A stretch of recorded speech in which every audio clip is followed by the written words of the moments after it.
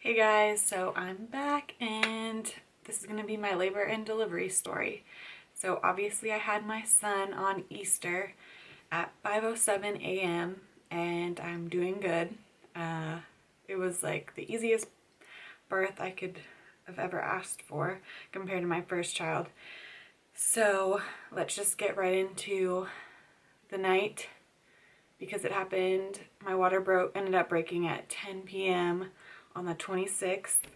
Me and my husband had just finished an episode of House of Cards, and I laid in bed. We had turned the TV off. It was like 9:30. We were laying in bed, and I started getting some cramping, but I had been having cramping for the last 2 weeks, so I didn't think anything of it. I was laying there, and all of a sudden I kind of felt like, not felt, but heard two little pops. And again, didn't think anything of it, just thought it was my back or something cracking. Some reason, I guess my husband realized I was like uncomfortable moving around in the bed a lot, so he said, "Is something wrong?" And I was like, "I don't know." So I got up and went to the bathroom, and I noticed that my underwear was wet. Not like soaking wet, but wetter than usual. And let's see. So I was like, maybe it's my water, I don't know. So I got up off the toilet and went to go get another pair of underwear, and as I'm standing there, I can feel stuff dripping down my leg, and I was like, I think my water just broke. So I sat on the toilet a little bit longer. Nothing was really coming out. So I said, you know what, just get dressed and let's go. It's early enough. Let's just go in the hospital and we'll find out if it is my water or not, because they said, even if you think it's your water, just go in and check. So we did. It was like, so 10 p.m. my water broke, and then I got in the shower really quick, got dressed, and we were out the door by like 10:15, and I think we got to the hospital around 10:35, 10:45. And as we're walking into the hospital, I put a pad on just in case, and as we're walking into the hospital, I could feel it just like gushing out, and I'm like, oh my god, Aaron, it's gonna be everywhere, all over my pants. And we're walking through the hospital. Luckily, it just went on the pad.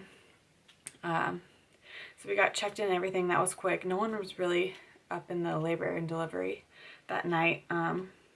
So we got into like a triage room so they could just check to make sure it was my water that broke, and it was, because as I was sitting there waiting for the doctor, I could just feel stuff like keep coming out. So it was my water, and then he checked me. I was 3 centimeters and a 0. I think that just meant that his head was like literally right there. He got the ultrasound machine and wanted to make sure he was definitely head down, which he was, and he was way down there. So he was ready to come out at that point. But let's see. And then, so I got checked into my labor room, and I was having, I think she said I had started contractions, but they were like 10, 15 minutes apart, and they needed to be obviously 3 or less. So at 1 a.m. they started me on Pitocin, which I did not want, but they said after the water broke, you need to get the baby out soon. So it was like, whatever, just start the Pitocin. So they started it at 1 a.m. and by the anesthesiologist came in to talk to me. He basically tried to talk me out of an epidural, but I was still going to get it. But good for all you girls who can do it without it, because no, there's no way I could do it without it. I was like dying. No. So at 3:05 he came in to do the epidural.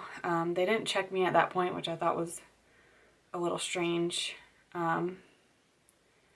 So he did the epidural. Well, actually, at 3 centimeters, when he came in to talk to me, he said, you can get the epidural whenever you want, even if you're 3 centimeters. We won't wait till you're 4. So even if you want it now, we can do it now. Just let me know. Since this is your second baby, it's probably going to progress really fast. So I tried as long as possible, and at 3:05 I was like, I want to get the epidural. So he came in, did that. The epidural, oh my god, was nothing compared to my first time. No wonder why I had severe pain and blood on my brain and everything else, because it was just a breeze. He did like a super great job. But the epidural is supposed to kick in like 5 minutes in, not even, and I literally was still feeling contractions like nobody's business. It wasn't working. Like my legs were tingly. That was about it. So I said, I'm in so much pain. So they came in and gave me like 100 milligrams of something. I don't really remember, through my epidural IV spot, and that did nothing. Still was feeling everything. She put the catheter in and I had to feel that. And that's when she actually checked me before she put the catheter in, and I was 6 centimeters at that point. And I was like, I really don't want you to put the catheter in right now because I can still feel everything. But she ended up doing it anyway. Still waited for the epidural to kick in. Nothing was still dying with pain. So nothing happened. They went and got like this peanut ball that you have to like lay sideways and put your legs around to like help you open up, I guess. That wasn't too bad, but you know, when you're in pain and you just want to like clench down, you couldn't really clench down because your legs were open. So that was kind of uncomfortable, and I didn't really like that. But so as I'm saying, nothing's helping. I need more medicine, something. The doctor was like, well, I need to check you to make sure he's not ready to come out before I give you medicine or more pain medicine.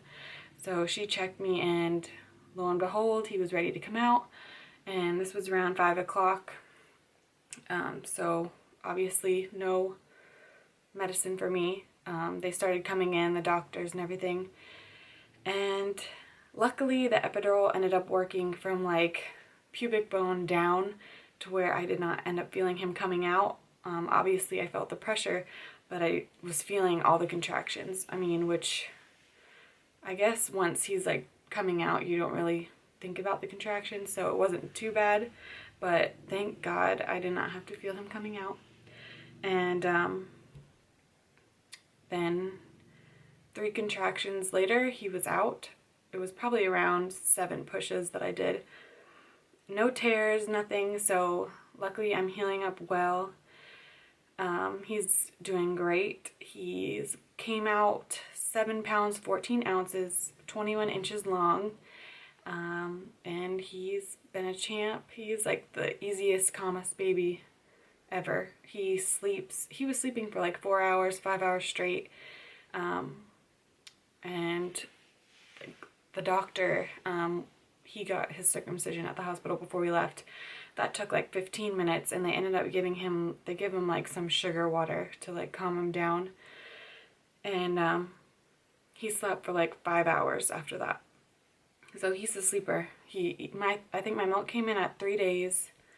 So ever since then, it's been like a constant every 2 hours him eating. But the first couple of nights we supplemented with like 2 ounces of formula, and he'd sleep for 4 hours, and that was awesome. But now that my milk's fully in, I pump once a day in the afternoon just to start my milk production, and I've been getting like an ounce from each side. So then my husband feeds him that with his vitamin D drops and that, so we do that. What else? His sister is in love with him.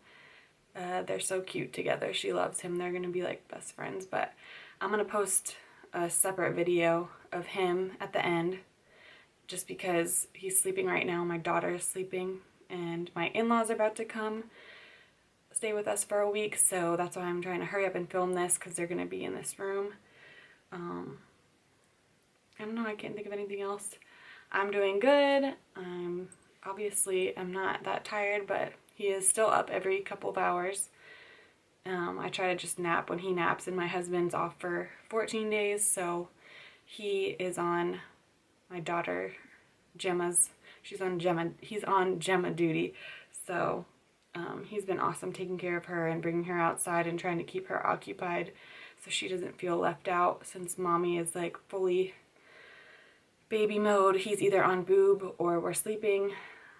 That's just how it is for the first few weeks. So it's gonna be tough when he goes back to work. So other than that, I think that's it. And like I said, I'll post some videos and some pictures of our stay. I didn't really get the whole thing on video, so I think my husband got like a little part. So if it's not too boring, I'll add it on there. But other than that, please subscribe, and I will talk to you guys in my next video. And I will have baby Kade with me.